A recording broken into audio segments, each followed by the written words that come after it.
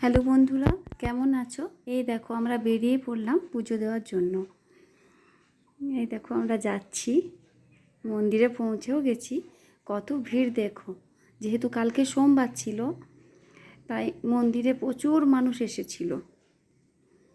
এই দেখো চারিদিকটা তোমাদেরকে একটু ঘুরে দেখায়। এই দেখো ছেলে দাঁড়িয়ে আছে।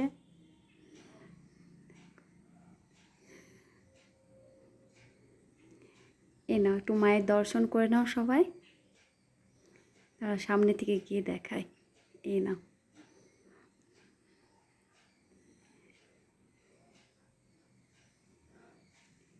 ছেলে একবার যাচ্ছে প্রণাম করার জন্য, আর গিয়ে খালি বারবার আমাকে ঘুরে ঘুরে দেখছে যে মা চলে যাচ্ছে কি না।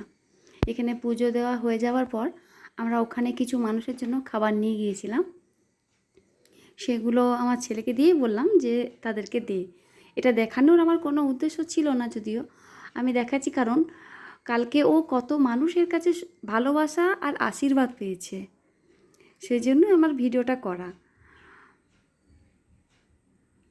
ও জন্মদিনের দিনে কত ভালোবাসা পেল সবার কাছ থেকে।